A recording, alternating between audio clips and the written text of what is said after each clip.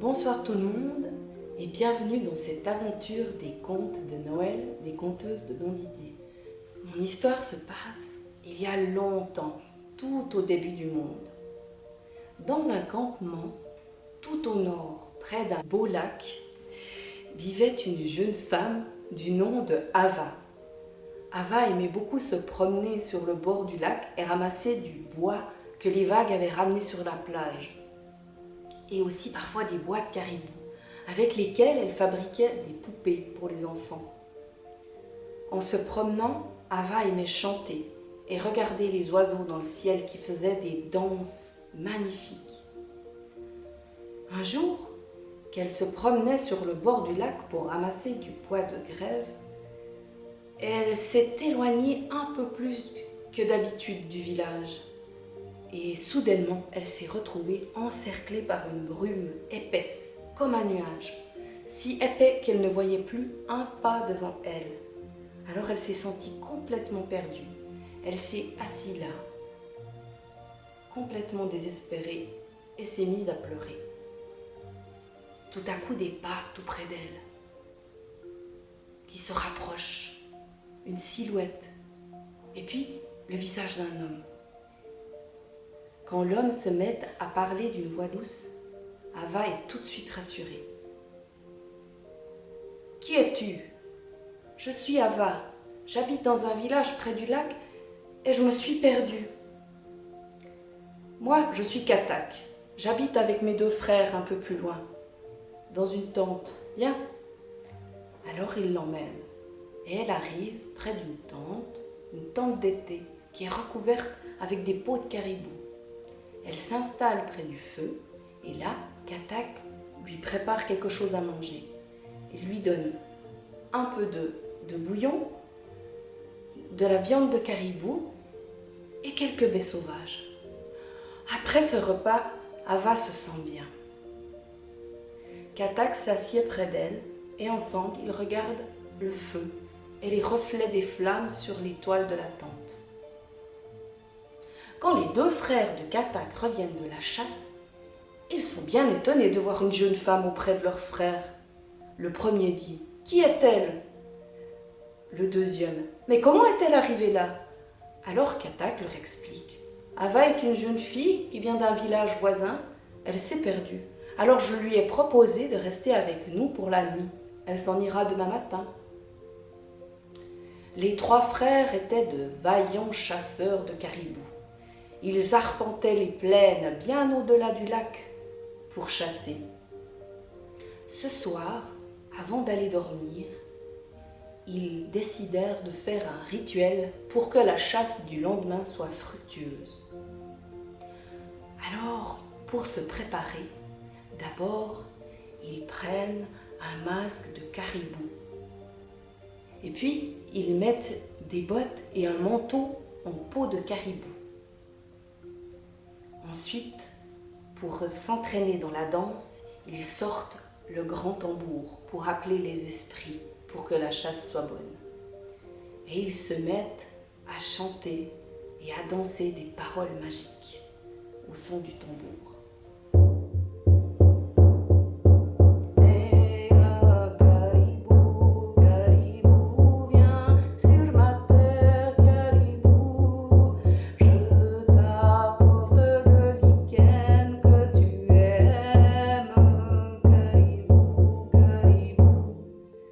En entendant le son du tambour, Ava ne peut pas résister. Elle se met à danser avec les hommes. Et tous les 4 commencent à danser au son du tambour, autour du feu. Et les corps s'agitent de plus en plus vite. Ils se font entraîner et entraîner, jusqu'à ce que les corps épuisés tombent de fatigue. Le lendemain, en se réveillant, les hommes disent à Ava « Surtout, tu ne sors pas de la tente. Tu restes bien et tu ne laisses entrer personne. » Alors, Ava, seule dans la tente, sort un bois qu'elle a ramassé sur la grève et se met à sculpter une poupée. Tout à coup, il y a une présence derrière la tente. Une voix de vieille femme se fait entendre. « Ouvrez, s'il vous plaît, j'ai soif !»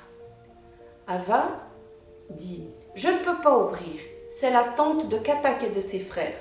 Je n'ai pas le droit de vous laisser entrer. »« Ouvre, Ava, je suis une chamane, et si tu n'ouvres pas la tente, il t'arrivera des malheurs terribles. » Ava savait bien ce qu'était une chamane. Elle connaissait bien leur pouvoir. Alors elle eut peur. Elle ouvrit la tente malgré ce qu'avaient dit les frères. Elle servit à boire à la vieille femme. Et quand la vieille femme eut fini son verre, elle sortit un peigne en ivoire, un peigne magique. « Viens, Ava, je vais te brosser les cheveux. » Et elle se mit à coiffer les cheveux d'Ava en chantant.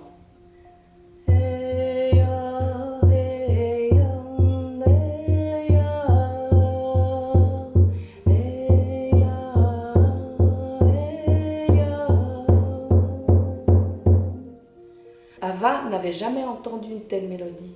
Elle était tellement belle, tellement envoûtante, que Ava s'endormit. Elle dormit longtemps.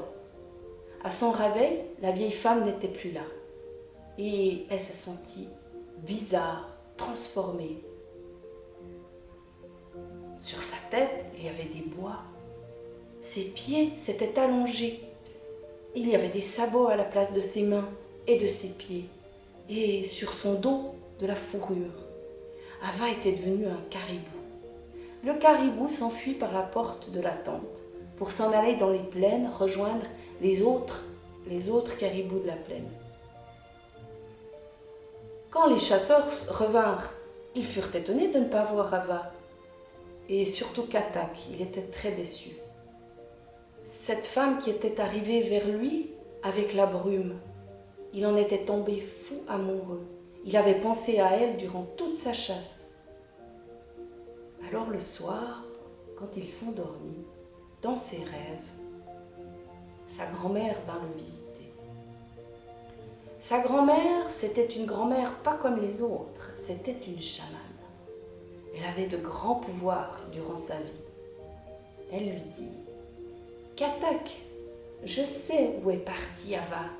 C'est une méchante chamane qui l'a transformée en caribou blanc. Pour la récupérer, il te faut le trouver, ce caribou blanc, et tu prendras avec la poupée que Ava a fabriquée, un nerf de bœuf, un os, et puis un caillou, et tu les lanceras sur le dos du caribou. Tu verras bien ce qui va se passer. » À son réveil, Katak est parti à la recherche de ce caribou blanc. Il a marché des heures et des heures, et puis tout à coup, il a vu au loin une harde de caribous. Il s'est approché doucement. Et quand il était tout près du troupeau et qu'il a vu le caribou blanc, il a dit « Ava, Ava, jolie Ava, es-tu là ?» Et puis il s'est approché encore un peu plus près et il a lancé les objets sur le dos de l'animal.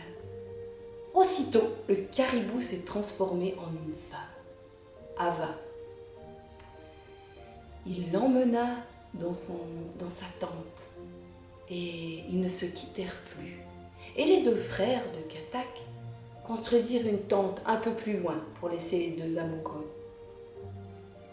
Ava a continué à fabriquer des poupées avec le bois de la plage et quand elle voit les hordes de caribous, des hardes de caribous, elle repense au temps où elle était parmi eux, où elle était la plus belle des bêtes du troupeau.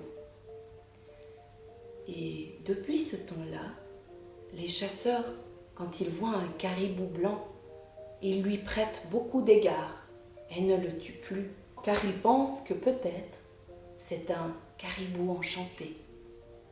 Et mon histoire est terminée. Alors je vous dis à demain, si vous le voulez bien.